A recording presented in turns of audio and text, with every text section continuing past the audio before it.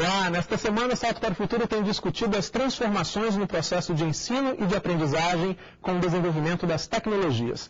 Tema que está em pauta hoje, no debate que encerra a série Cibercultura, o que muda na educação. Convidamos para a discussão a professora da Universidade do Estado do Rio de Janeiro, Edmeia Santos, que também é consultora desta série. A professora Conceição Soares, do Programa de Pós-Graduação em Educação da Universidade do Estado do Rio de Janeiro, e o professor Eugênio Truvinho, do Programa de Estudos Pós-Graduados em Comunicação e Semiótica da PUC de São Paulo. Começa agora o Salto para o Futuro, um programa da TV Escola, o canal da educação.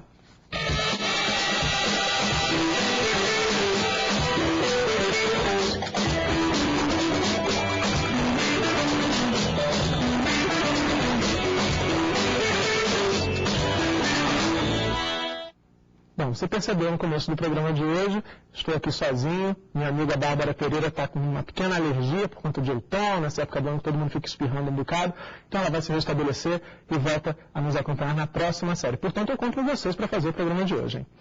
Entre as principais marcas da cibercultura está a interatividade. Por isso, hoje no Salto a gente convida você a participar. É fácil, mande suas perguntas ou comentários sobre a série para salto@mec.gov.br. Se preferir o telefone, anote o número 0800 282 6757. Como eu disse, conto com a sua participação. A gente começa o programa de hoje com o Mosaico. Nossa equipe conversou com pesquisadores para saber o que muda na educação à distância com a cibercultura.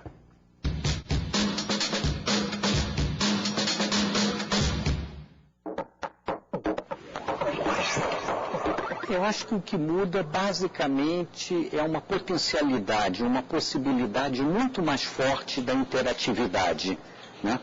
Da relação do aluno da educação à distância com seus professores, com seus tutores, né? E o cuidado, né? Porque também o acesso à informação é muito maior.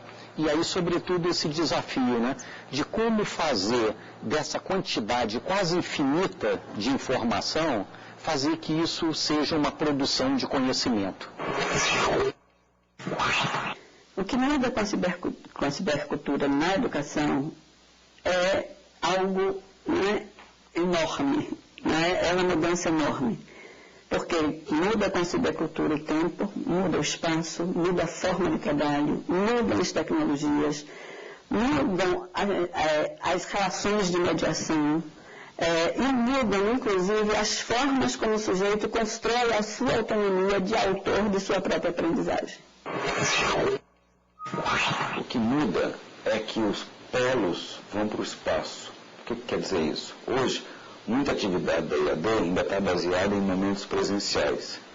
Com a cibercultura, você tem hoje os conteúdos na internet, os professores na internet, os colegas na internet, as simulações na internet, conteúdos complementares na internet. Então a vida fica mais virtualizada, já está virtualizada, as novas gerações já vivem isso. Então a educação à distância ela vai literalmente para o espaço e se flexibiliza ao limite. E ela contamina a educação presencial. Isso é que vai acontecer. Bom, o que muda com a cibercultura na educação à distância é justamente, eu acho que a distância, a possibilidade de trazer, né, de aproximar a educação do cotidiano do estudante, do cotidiano de todos nós. E entender que a sociedade é a sociedade toda que forma, a sociedade é informativa. E o professor ele é um desses elementos dessa educação e da formação. Ou seja, é justamente acabar a distância, diminuir a distância e se apropriar tecnologicamente, né, dessas ferramentas para pensar esse movimento formativo. Muitas mudanças. A gente começa o programa de hoje agradecendo aos nossos convidados pela presença aqui no estúdio do Salto. Edmeia, para você, a mesma pergunta. O que é que muda na educação à distância com a cibercultura? Bem, acho que a semana inteira, né, discutimos isso na entrevista, a própria noção de distância, né? Estar geograficamente disperso não é estar distante.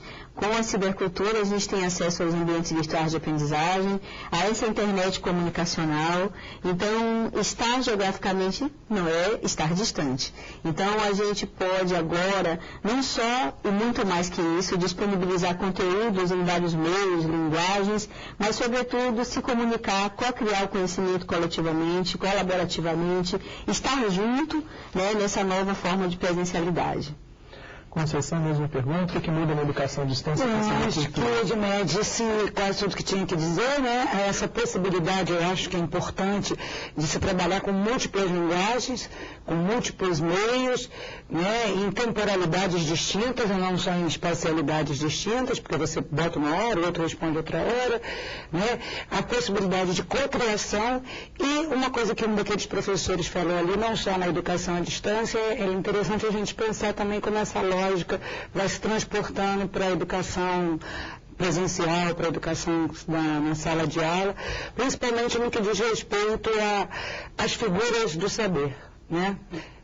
Essa possibilidade de todo mundo ter um saber, de negociar saberes, eu acho que isso é uma mudança bem significativa. Certo. Eugênio, também a mesma questão que muda na educação. Eu considero que, em primeiro lugar, nós precisamos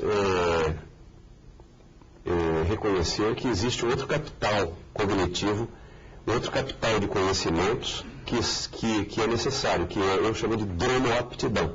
A dromoaptidão é a capacidade de ser veloz no uso, na apropriação dos dispositivos digitais.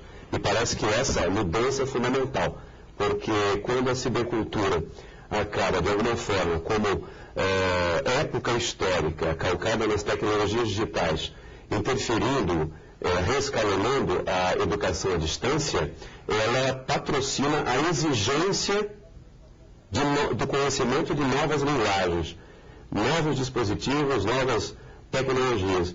E a dromoaptidão é justamente isso, a capacidade de ser veloz no uso dessas ferramentas.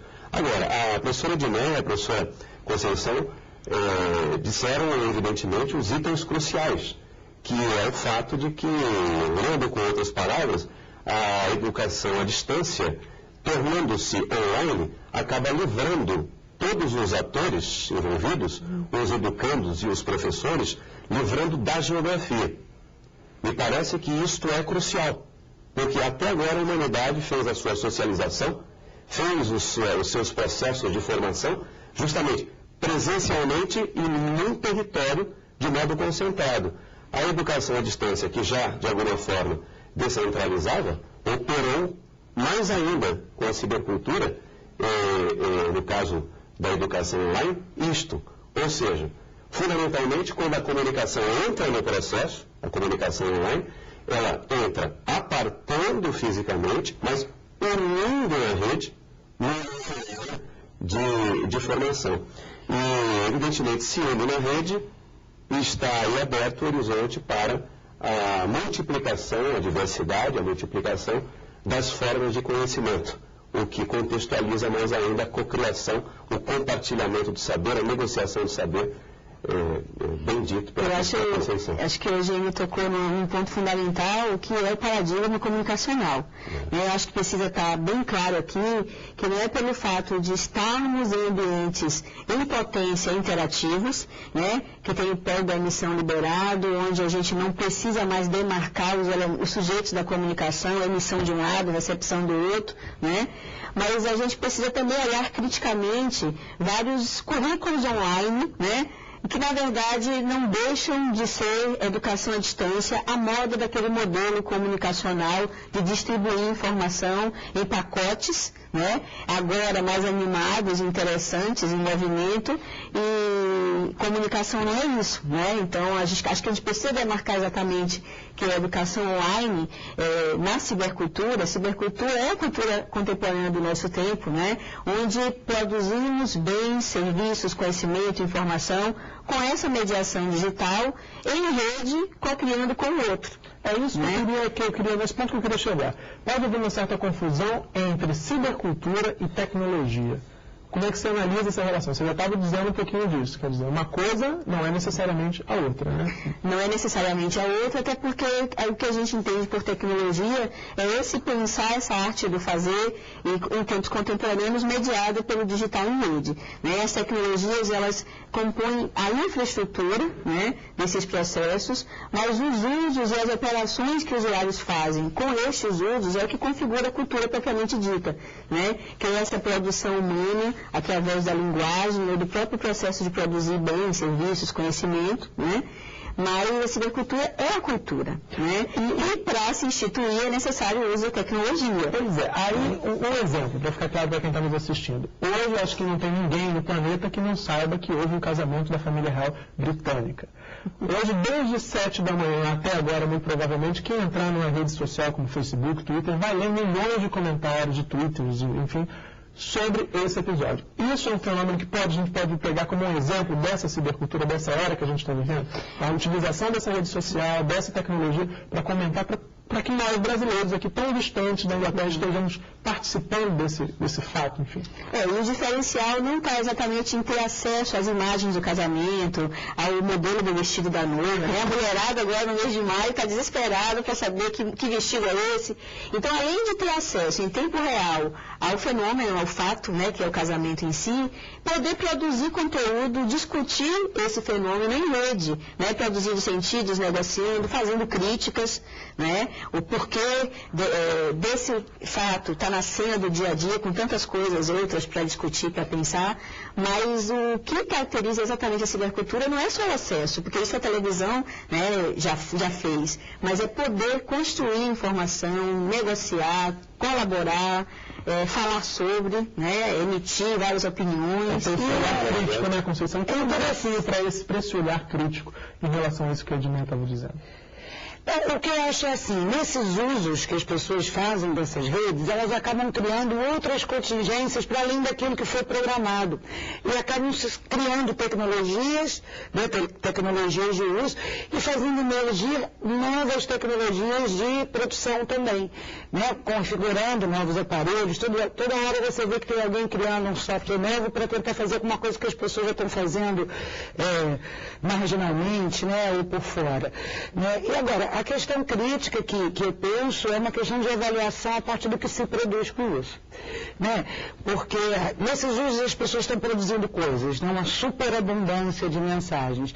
E eu acho que em alguns momentos é importante a gente parar de pensar, mas só porque está todo mundo emitindo, isso é necessariamente uma coisa afirmativa, isso é necessariamente uma coisa boa, né? E aí a gente vai tendo esses espaços de mediação na própria rede, nas escolas, nas famílias, né? Eu acho que é importante a gente avaliar o que está sendo produzido. Quer dizer, um desafio, então, Eugênio, esse olhar crítico para esse conteúdo todo, para todo esse fenômeno que a gente está vivendo. Né? Como você diz, a cibercultura é a cultura do nosso tempo. Claro, o pensamento crítico ele é dos mais raros nessa época, porque essa época praticamente constrói uma sinergia em torno do uso, em torno da apropriação. E da velocidade, da dromoaptidão, como você disse. Exato. Usar cada vez mais rápido, enfim. É imperativa essa dromoaptidão. Ela é para ser exercida. É algo que praticamente a época, de um modo particularmente doce, ela acaba fazendo com que nós nos convençamos de que assim tem que ser. Ora, na realidade precisamos questionar por que assim precisa ser.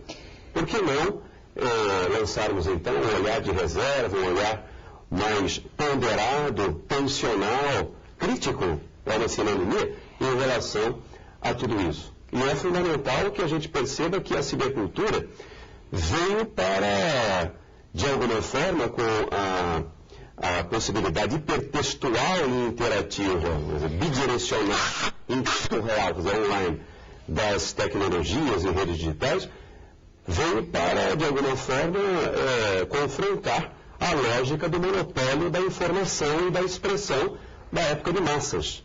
Na realidade, isso é um fenômeno muito interessante, porque veio dar lastro ao potencial concreto que a democracia deve ter nas nossas relações sociais.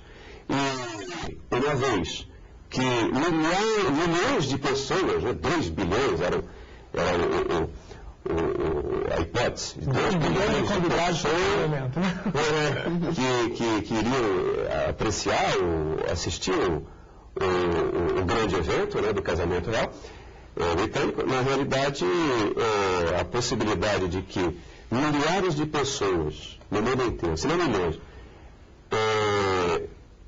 se expressando, se apropriando do evento, comentando como quer, de acordo com o seu traço, o seu perfil, o seu pendor de personalidade, suas opiniões, sua cultura local, nas redes sociais, bem, isso é uma explosão da expressão.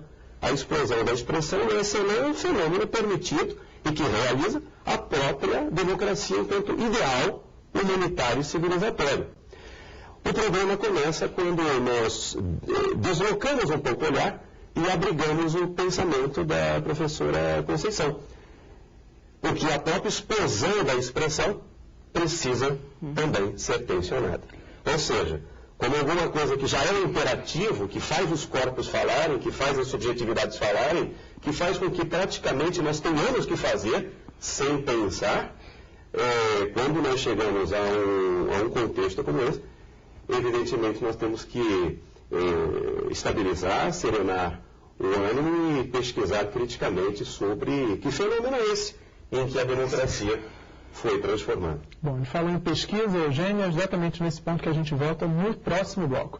Como você já sabe, a cada série a gente faz uma enquete no site do Salto. Nessa semana, a pergunta é: o que as tecnologias digitais em rede, no contexto da cibercultura, possibilitam à educação? As alternativas: uma mudança na concepção de tempo e de espaços de aprendizagem, dinâmicas mais atrativas porque são mais próximas das realidades dos alunos, ou o acesso a novas fontes de informação e de conhecimentos. Acesse www.tvbrasil.org.br/salto e dê a sua opinião, ainda dá tempo.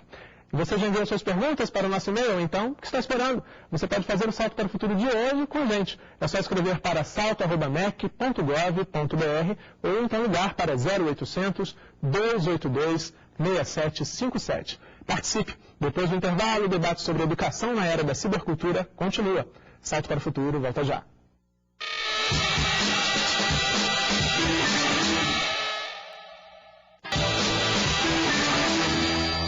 Estamos de volta com o Salto para o Futuro no segundo bloco do programa de hoje. Estão em pauta os impactos das novas tecnologias no nosso dia a dia e como esses recursos digitais podem estar presentes na escola. Se você tem alguma dúvida sobre o tema, não deixe de enviar suas perguntas. Os nossos contatos vão aparecer aí na sua tela ao longo de todo o programa. Bom, Edmeia, vamos falar então da questão da pesquisa, né? A gente terminou o bloco anterior falando disso. Eu lembro que na nossa reunião de pauta, lá atrás, uns 3 meses atrás, quando a gente começou a discutir essa série, você disse uma frase que me chamou a atenção e eu anotei. Para ser um bom docente online, é preciso viver a cibercultura. E outro ponto que você disse é que um bom docente online precisa necessariamente ser um pesquisador. Eu queria que você comentasse um pouquinho a esse respeito. Bom, em relação ao primeiro, né, porque a gente entende que a docência online efetivamente é docência, né?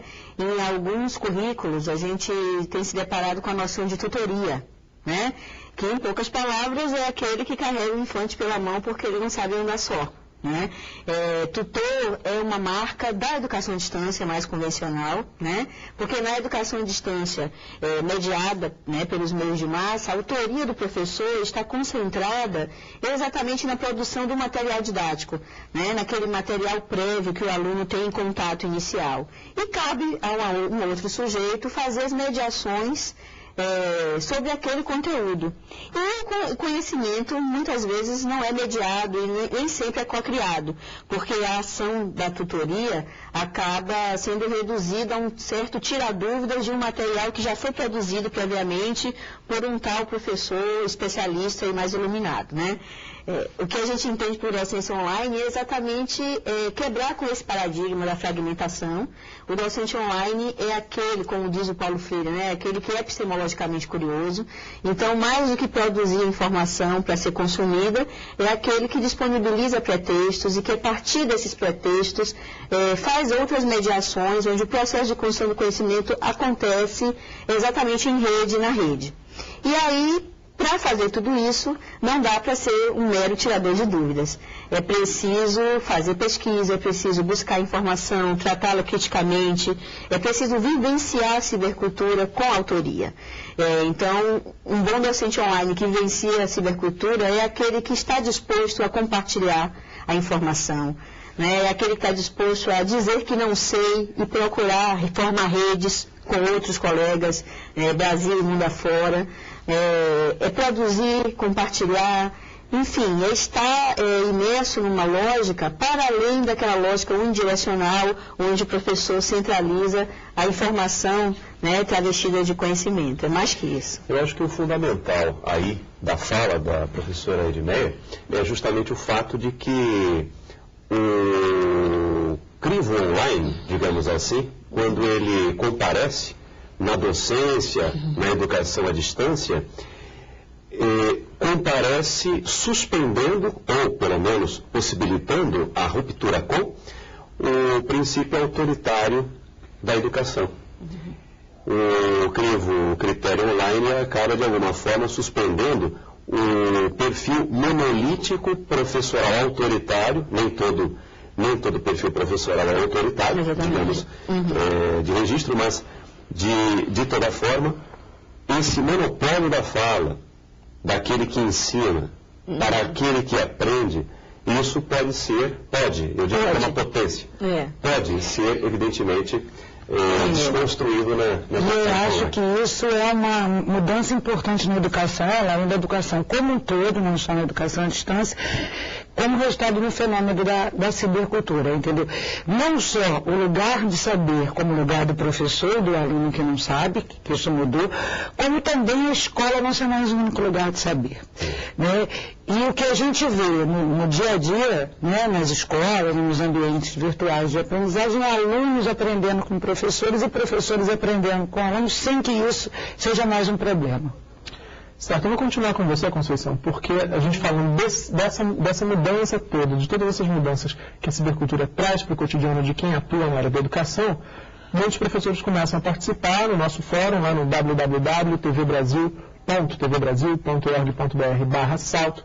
Uma dessas professoras foi a Estefânia, de Itatiba, em São Paulo. Obrigado, Estefânia. Ela deixou uma mensagem dizendo que, como professora da rede pública, percebe que a maior parte dos profissionais da educação apresenta muita dificuldade em utilizar as novas tecnologias, enquanto outros docentes nem ao menos querem ouvir falar, quanto mais utilizar esses recursos tecnológicos. O despreparo e a dificuldade em aceitar o novo causam desconforto, e a Estefânia diz que acredita serem esses os maiores desafios encontrados na educação. Você concorda?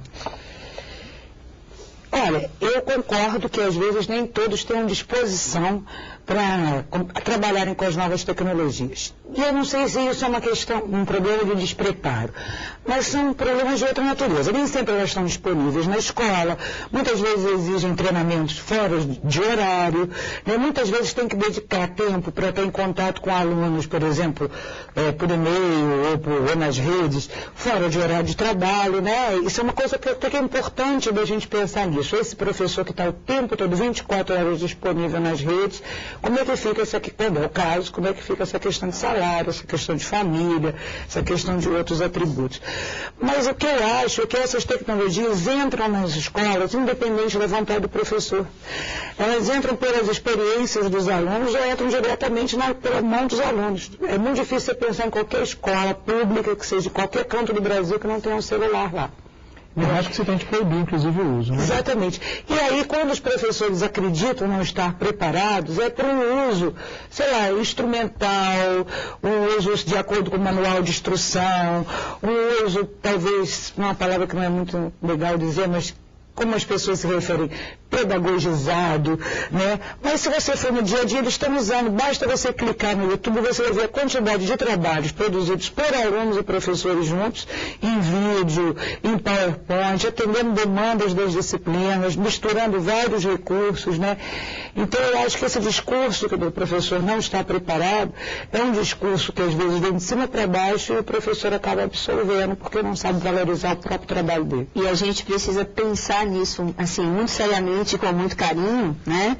Porque as políticas públicas, né, historicamente, se a gente analisar os programas de formação de professores para o uso das tecnologias, a gente pode até citar alguns nomes, mas eu prefiro não citar, mas a gente percebe, né, avaliando, que esses programas, na sua grande maioria, foram centrados no professor consumidor dos meios e dos conteúdos vinculados a esses meios. Então, por que no kit tecnológico não tem filmadora? Né? Por quê? Porque com a filmadora eu produzo com os meus alunos as próprias imagens. Eu não necessariamente tenho que consumir aquelas imagens que vêm pronto. né? Então, minha pesquisa atual começou com uma fala de uma aluna que recebeu um laptop com conexão 3G e a fala era: o que eu vou fazer com essa máquina vazia? Quer dizer, ter um computador conectado à internet, que o computador em si já é uma máquina semântica. Com ele eu já posso produzir sentidos, significados, já posso ler, escrever. Conectado, então, eu posso fazer tudo isso com o outro, né, compartilhando. Mas por quê? O porquê dessa fala? Porque, de repente, né, nós professores já fomos condicionados a esperar o pacote chegar. Né? A esperar o conteúdo que eu tenho que ensinar, a forma que eu tenho que ensinar. Obviamente isso tem mudado, ainda bem, tem mudado para melhor. Cada vez mais os professores têm se autorizado muito mais. E isso por conta da emergência de tudo que a gente, né, conversou aqui em nosso tempo, até porque os próprios alunos já têm um protagonismo diferenciado em relação aos usos. Porque a questão dos usos é muito mais do que usar tecnicamente, né? Mas produzir sentidos, as formas como a gente produz esses usos também são tecnologias. Né? Pois é, Eugênia, os críticos, por exemplo, quando a gente começa a discutir essa relação entre educação e tecnologias, alguns críticos dizem que há um certo endeusamento desses recursos tecnológicos, como se por si só eles fossem resolver todos os problemas da área da educação, como se bastasse lá o laptop com a conexão 3G e o professor fosse relaxar que tudo estaria certo. E esses críticos dizem que enquanto não houver formação, enquanto esse professor não for formado para esse uso, e aí pensando no uso crítico, como nós já discutimos no bloco anterior, um pouco vai poder ser feito com essas tecnologias. Como é que você analisa essa questão? De fato, essa é uma realidade, essa perspectiva é correta. Eu quero, inclusive, dizer que a questão colocada foi muito boa e as duas respostas foram no centro e eu creio que essa matéria e a sua questão podem ser recontextualizadas da seguinte forma. Na realidade, a questão da formação do professor precisa, de alguma forma, ser vista no contexto maior de política pública, como indutora e planejadora de processos. E o papel do Estado é fundamental nesse terreno. Evidentemente, não só, mas é fundamental, é pago para isso. Qual é o contexto em que se insere a requalificação do professor? Em primeiro lugar, são 3 itens fundamentais no terreno da educação, onde, com políticas públicas, o governo federal, o governo estadual, o governo municipal podem atuar. Em primeiro lugar, a reconfiguração, isso é mais para o governo federal, a reconfiguração dos currículos. É impossível que a cibercultura posta não exerça, de alguma forma, em relação ao planejamento pelas autoridades do que significa educação como processo civilizador, o processo cognitivo e cultural civilizador, que não abrigue nos currículos específicos da educação já infantil, sobretudo na pré-escola dos 4 aos 6 anos, que dirá no ensino fundamental e médio, disciplinas, matérias que digam respeito ao conhecimento dos usos e vicissitudes das tecnologias, linguagens e redes digitais. Esse é o primeiro ponto. A inserção de disciplinas moleculares fundamentais para a criação de formação da dromoaptidão. Segundo, a diversificação, a intensificação e a multiplicação das possibilidades da educação online, através de políticas públicas que sejam indutoras e planejadoras desse processo, em parcerias com governo do Estado, prefeituras, ONGs, entidades do terceiro setor, institutos religiosos, universidades e assim por diante. E o terceiro elemento fundamental, justamente, last but not least, é a intensificação da requalificação dos professores no que toca à requalificação progressiva. Não basta dar possibilidade de requalificação e fazer com que esse professor espere mais que 1 ano e 3 meses ou 2 anos para se requalificar de novo. Estamos falando de formação continuada. Né? Requalificação de professores nas tecnologias, linguagens emergentes e redes digitais. Há uma necessidade de haver uma requalificação nesses usos e apropriações, mas é fundamental que não percamos a perspectiva de que tecnologia não pode ser vista só como instrumento. Tecnologia é imagem, tecnologia é rede, tecnologia é, na verdade, relação social. E isso é fundamental. Na verdade, as novas tecnologias, ou as tecnologias da comunicação, eu acho que elas hoje não são mais nem ferramentas, nem instrumentos, elas são partes constituintes do conhecimento. Isso é importante, porque a máquina é quase que uma parceira sua. Né? Ela toma algumas decisões, ela faz algumas operações, ela tem operatividade, ela é coprodutora, né, do conhecimento. E aí é óbvio que eu acho, não abro mão das políticas públicas, né, especialmente no que diz respeito à distribuição melhor desses recursos pelas escolas e pelas universidades do Brasil. Mas quando eu falo dos usos, eu quero dizer que a gente precisa ir além, porque as políticas públicas também, assim como os equipamentos, não são suficientes para dar conta do que acontece nas escolas, nas universidades, né? E muitas vezes o que eu acho importante quando a gente pensa as políticas públicas é que elas precisam também levar em conta o que já está lá. Porque o que acontece é que muitas vezes é feito uma coisa de cima para baixo, mas sem levar em conta o que os professores já estão fazendo, as práticas que já estão acontecendo, que podiam ser ampliadas e expandidas, e aí aquilo tudo é desconsiderado e vem uma coisa na contramão de tudo aquilo que se faz. Eu acho que diante de tudo que foi falado, repensar inclusive esse currículo disciplinar, né? Claro que eu concordo com o Trivinho nessa questão, né, até em parte, porque nos cursos de formação inicial, por exemplo, essas disciplinas, Trivinho, elas são eletivas. Então, os alunos que, por um acaso, gostariam de discutir essas coisas, nos procuram, né? Mas não faz parte da fundamentação, né, filosófica, política, ideológica, epistemológica, na formação do professor. Como se o professor fosse formado, né, para atuar no século XIX. Então, e aí, por outro lado, não dá para... a gente não consegue dar conta desse gap só implementando disciplinas, nem na escola básica e nem na educação superior, mas é que esse conhecimento efetivamente seja transversal neste currículo, né? Seja realmente em rede. Então não é porque na universidade, por um acaso, eu sou professora de informática na educação, tenho eletiva cibercultura e educação, né? Eu e Conceição, no programa de pós-graduação em educação da UERJ, a gente trabalha com a disciplina redes sociotécnicas e currículos online, mas não somos nós que vamos dar conta dessa formação, né? É preciso que os formadores, né, colegas formadores e o currículo como um todo entendam exatamente que tempo é esse e que são as demandas, quais são essas demandas sociais, cognitivas, né, epistemológicas, metodológicas do que a gente está entendendo por cibercultura. E o que explica essa resistência, então?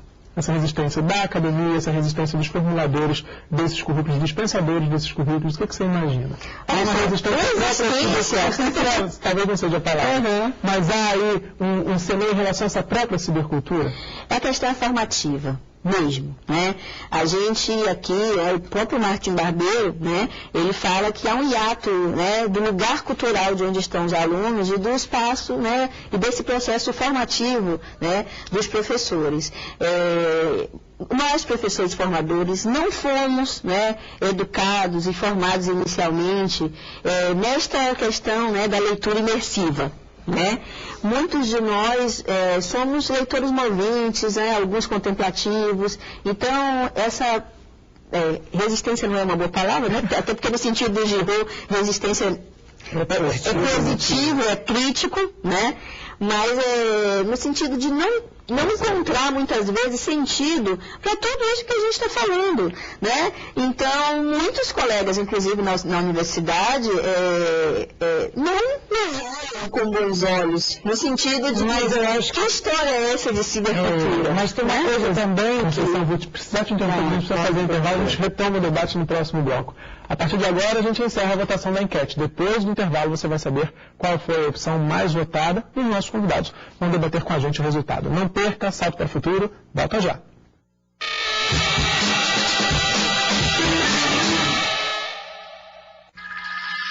Albert Einstein não acreditava no acaso, mas o acaso foi decisivo no traço de Paul Klee, expressionista, cubista, surrealista, um pintor sempre atrás do equilíbrio. Equilíbrio determinado, quem diria, pelas leis da física, assim como o som da orquestra regida por Toscanini. Maestro notável, se recolheu em casa depois de perder a memória. Quem também preferiu o aconchego do lar foi Ernest Hemingway, que tirou o time de campo para escrever sua obra-prima e encontrar a essência da palavra. Palavra, forma, movimento e matéria. Em Biografias, o legado do pai da ciência moderna. Einstein no dia a dia. Hoje, 10 da noite. Aqui, na TV Escola. Uma boa ideia para cuidar do planeta não pode ser jogada fora. Ela precisa ser compartilhada. E a melhor maneira para fazer isso é mobilizar toda a sua turma e produzir um vídeo de até 2 minutos e enviar para a TV Escola. Seu projeto será divulgado para todo o Brasil durante a 3ª Semana do Meio Ambiente, que nesta edição comemora o Ano Internacional das Florestas. Mas fique ligado, seu vídeo precisa ser enviado até o dia 16 de maio. Anote aí o endereço: 3ª Semana do Meio Ambiente, Rua da Relação, 18, 4º andar, Centro, Rio de Janeiro, RJ. CEP 20.231.110. Junto com o material, envie também um papel com o nome e endereço da escola, nome do projeto e um telefone de contato. Qualquer dúvida, escreva pra gente, tvescola@mec.gov.br. Vamos lá, participe! Métodos que levam a novos resultados. Nós levamos para a construção coletiva, visão de mundo. Que indivíduo nós pretendemos formar? Pesquisas já demonstraram que a criança que participa da pré-escola vai mais longe na escolaridade, alcança rendimento maior, ou seja, aprende mais. Perguntas que trazem novas respostas. Se você fizesse tudo diferente, você talvez estaria aqui? É a melhor pergunta de gente dizer. Diferentes perspectivas encontram novos caminhos. A educação vai muito além da sala de aula. Nos últimos anos foram criados diversos cursos de educação à distância em todo o país. Nós vamos investigar como as escolas estão se preparando para trabalhar com a inclusão. Caminhos da Escola. Amanhã, 5 da tarde. Acho que todo professor que se propõe a fazer um trabalho interdisciplinar tem que estar preparado para ouvir, assim. E muitas vezes a gente consegue chegar a resultados impressionantes depois de ouvir o que o outro colega tem a dizer. Como todo trabalho de grupo, às vezes é um pouco complicado, né? Você tem que ter uma postura de líder às vezes e postura de liderado em outras vezes, que é muito importante também. Todo mundo fala em postura de líder, mas a postura de liderado. Então o trabalho interdisciplinar ele é grandioso porque ele cria um outro clima entre os alunos e pode criar um diálogo muito grande entre os professores participantes. TV Escola, 15 anos. O homem evoluiu, e com a agropecuária não poderia ser diferente. Do trabalho braçal à tecnologia de ponta. Conheça a história da revolução que atingiu os 4 pilares da produção de alimentos na Grã-Bretanha. Terra, suor e trabalho. A história da agricultura no Reino Unido. Amanhã, 10 da noite. Aqui, na TV Escola.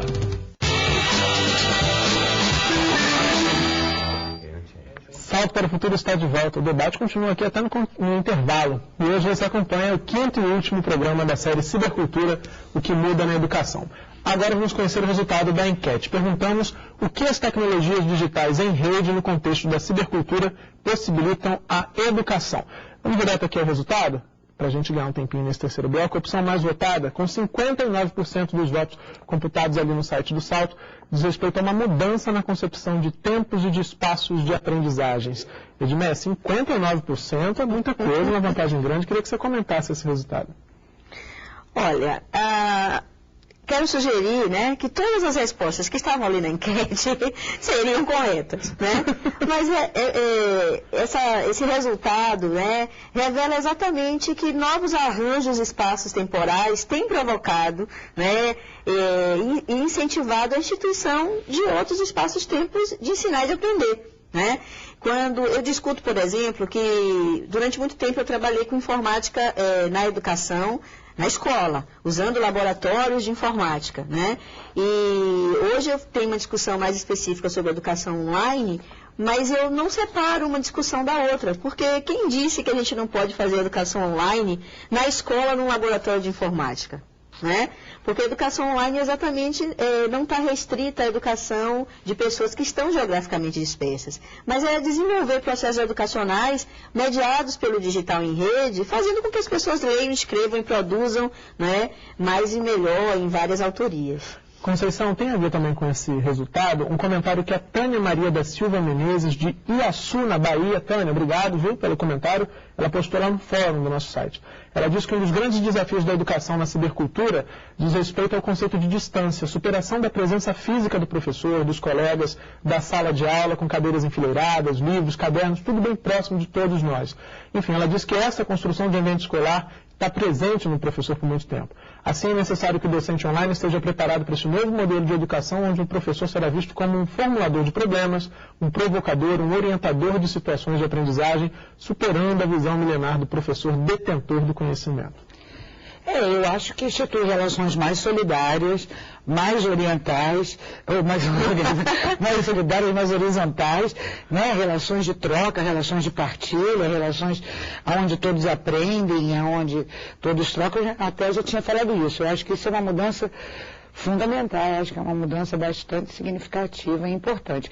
E diminuir a distância, né, no sentido dessa distância da hierarquia, né, e também a partir dos contatos que são possíveis em vários momentos, em espaços, diminuir a distância também da copresença. Bom, a gente hoje teve um pequeno problema com o telefone, né? Você que está acostumado a assistir o Site para o Futuro, sabe que a gente recebe muitas ligações toda sexta-feira no nosso debate. A gente teve, infelizmente, numa série falando de tecnologia, um problema tecnológico. Mas ainda assim, eu queria agradecer a Rose Irene, de Paraíba do Sul, que ligou e não conseguiu participar do programa. Rose, tenta na próxima série sobre diversidade sexual e educação. Eu e Bárbara esperamos a sua pergunta aqui no programa. Mas vamos tentar agora com a Maria José, de Bacabal, no Maranhão, que está na linha nos aguardando. Vamos ver se a gente consegue ouvir a pergunta da Maria José. Tudo bom, Maria José? Tudo bom. A pergunta é o seguinte: pode ser desenvolvido com alunos usando os recursos tecnológicos, envolvendo alunos especiais, quando a escola não tem tecnologia adequada aos mesmos? Boa noite e obrigada pela série. Maria José, obrigado. Que bom que você insistiu, permaneceu em contato com a gente, conseguiu fazer essa pergunta. A gente também te aguarda na próxima série. No programa de ontem nós falamos das tecnologias assistivas, né, Edmélio? Queria que você comentasse aí que alternativas a escola e a equipe da escola podem buscar nessa situação que a Maria José, eu tenho uma dica, né, que inclusive é fenômeno da cibercultura, que é a emergência do software livre, né? Então, assim, né, o software livre é um fenômeno, talvez, um dos mais importantes da cibercultura, né, que é exatamente quando pessoas e instituições disponibilizam na rede, né, soluções tecnológicas e que outros acabam melhorando, desenvolvendo essas soluções. Então, a gente tem, inclusive, no Brasil, Maria José, uma variedade interessante, né, não só de hardware, como também de software. E software livre, eu penso que é o nosso grande desafio. Nós, professores, precisamos nos apropriar, né, do software livre, pesquisar. Hoje a gente tem, né, grandes grupos de pesquisa, né, no Brasil todo, pensando, pesquisando e desenvolvendo, né. Eu acho que é legal a gente até incluir no software, no site, né, algumas sugestões, né, para que a gente possa realmente se apropriar, acessar e utilizar com os nossos alunos. Então vale a pena fazer uma pesquisa, né, sobre software livre e investir nisso. Eugênio, nós recebemos aqui o e-mail da Tânia Colobete, de Duque de Caxias, aqui no Rio de Janeiro. Tânia, obrigado pela participação. Ela diz que nas conversas lá na escola dela, eles discutem que os alunos convivem com as redes sociais em casa, no celular e nas lan houses. Já na sala de aula, o uso dessas redes torna-se impossível, os alunos ficam incomunicados. Como agregar as redes sociais aos conteúdos pedagógicos, mesmo que o professor ainda não esteja preparado para lidar com essas ferramentas virtuais? É esse o momento? É hora de planejar digitalmente, tendo em vista que a construção do conhecimento coletivo ou colaborativo já é uma realidade? É hora de abrir mão daquilo que o nosso aluno sabe, aproveitando o seu potencial dessa nova geração tecnológica? Eu acho que o encaminhamento da questão já é ao mesmo tempo, a resposta. Ela tem uma resposta, mas até me deu uma cola para você. Sem dúvida. Eu acho que, em primeiro lugar, é preciso requalificar os professores, possibilitando aos professores, através de política pública concreta, efetivamente ampla e democrática, que eles possam fazer uma trajetória de requalificação progressiva e que isso inclua, evidentemente, o domínio das linguagens digitais emergentes, né? Conceição, mais uma pergunta recebida por e-mail. A Valquíria Pereira Ramos Carneiro, de Monte Alegre, de Goiás, obrigado, Valquíria, diz que encontra dificuldades nas formações continuadas de professores, com a aceitação e permanência dos professores nessas formações que são oferecidas pelo Núcleo de Tecnologia Educacional. Diante dessa realidade, o que é possível fazer para despertar o interesse dos professores para que atuem com as tecnologias na prática pedagógica? Eu acho que, antes de mais nada, é preciso perguntar aos professores o que eles querem nessas formações. De novo, vou dizer isso. Inclusive, como professora também, eu já tive resistência enorme a formações continuadas, elaboradas a partir de ideias de alguém que estava fora do contexto daqueles professores e que acho que aquilo que era importante eles saberem para serem melhores professores. Enquanto todos os professores ali tinham necessidades outras e nunca foram ouvidos sobre aquilo que eles queriam aprender. E aí como é que se dava essa formação continuada deles? A parte da autoformação, da pesquisa com colegas, né, de buscas. Eu acho que o professor sempre quer a formação, acho que isso aí dá conta, ele busca essa formação, mas ela precisa ser pensada também na contingência daquilo que ele deseja e quer. Posso fazer um complemento rápido? Acho que tem razão. Eu vou te pedir para fazer o complemento já nas suas considerações finais, Eugênio. Infelizmente, a gente está chegando ao fim do Salto para o Futuro de hoje. Gostaríamos de começar a ouvir vocês e suas considerações finais. Perfeito. Eu acho que a professora Conceição tem total razão. Na verdade, a política pública ela tem que ser auscultadora, em primeiro lugar. Ela deve ser transversal, não pode ser de cima para baixo, evidentemente, deve auscultar. E deve, evidentemente, partilhar com aqueles que vão receber a formação aquilo que é deles. Ou seja, o que eles querem, evidentemente. Nós, na verdade, nós, professores, o que nós queremos. Porque as políticas públicas devem nascer das nossas próprias demandas, dos nossos próprios desejos e necessidades. Bem, isto posto, eu quero agradecer, né, a possibilidade da participação e dizer que foi um grande prazer aqui partilhar esse contexto com o nosso apresentador, que tão bem conduziu o processo inteiro, o professor Edmeia e a professora Conceição, e agradecer as perguntas endereçadas. Foi um prazer. Eugênio, prazer nosso. Obrigado pela presença aqui no Salto para o Futuro. Volte mais vezes. Conceição, suas considerações finais. Então, o que eu quero dizer que em tempos de cibercultura, né, para além dos usos que se faz no espaço virtual, né, novas lógicas, novos modos de pensar, novos modos de conhecer, novos modos de se relacionar estão colocados, estão irreversivelmente na escola. Não se trata mais da gente decidir se quer isso ou não, né, se a gente vai impedir que isso chegue na escola, se a gente vai favorecer que isso chegue. Isso está colocado, isso muda as relações, isso muda a própria concepção do que é conhecer e de como se conhece, do que se aprende, como que se aprende. E que é interessante, eu acho, num contexto mais amplo, inclusive no contexto das políticas públicas e também das pesquisas acadêmicas, né, que as pessoas que estão envolvidas nessas atividades, que elas procurem entender o que está acontecendo na escola para que se possibilite, né, que se criem políticas ou outras formas de compreensões que consigam ampliar essas redes que estão colocadas lá, né, e ampliar essas condições e possibilitar que o que já está sendo feito possa ser feito de uma maneira melhor e reconhecida. Ótimo, Conceição. Obrigado pela presença no programa de hoje. Edmeia, suas considerações finais sobre o que discutimos ou algo que tem ficado de fora do programa de hoje e de toda a série que você eu acho que eu vou encerrar, né, essa série agradecendo e já dizendo, né, para os colegas, para os professores e para as professoras que essa série foi pensada à moda da cibercultura, né? Quando o Salto para o Futuro me convidou para fazer a consultoria, eu procurei as redes, né? Procurei as minhas redes, procurei conversar e agregar, né, a parceria dos colegas pesquisadores, né, dos diversos grupos de pesquisa, também os professores, né, da escola pública, né, o movimento social. Então, quem viu a série, que ainda verá a série, porque essa série é uma obra aberta, então nós vamos ter acesso depois aos programas gravados. É interessante que cada professor reúna, né, os seus colegas na escola, exatamente para discutir, negociar sentidos, co-criar outras possibilidades a partir desse esses programas que vão virar objetos de aprendizagem, que poderão ser reutilizados pelos professores nos cursos de formação inicial, para os professores em exercício, na formação continuada, né? E agradecer a todos os colegas que participaram da série e aqueles que vão fazer uso e produzir outros sentidos. Então, quero dizer que eu fiquei muito feliz com o resultado, quero agradecer, e é isso. Bom, diretora, me avisou que a gente tem um tempinho ainda aqui, então eu vou te encaminhar uma última pergunta da Rosimério dos Santos, de Duque de Caxias. Ela diz que assistindo a série viu que é possível com as tecnologias digitais criar e socializar saberes em diversas formas, seja com softwares, interfaces ou com outras mídias, e que a apropriação desses recursos produz conhecimento. Nesse sentido, como os professores da escola básica podem se apropriar desses recursos produzindo conhecimentos? Eu acho que é exatamente o que a gente desejava com essa série, né, Edmeia? Exatamente. As redes entram em conexão, né? Rosimério dos Santos é pesquisadora do GPDoc, né, do nosso grupo de pesquisa, é minha mestranda, desenvolve uma pesquisa super interessante, ela é professora de informática na educação há mais de 15 anos e ela perguntou, ela tem muitas respostas, né, para essas questões, mas exatamente se apropriando, né, procurando utilizar, né, com os alunos principalmente,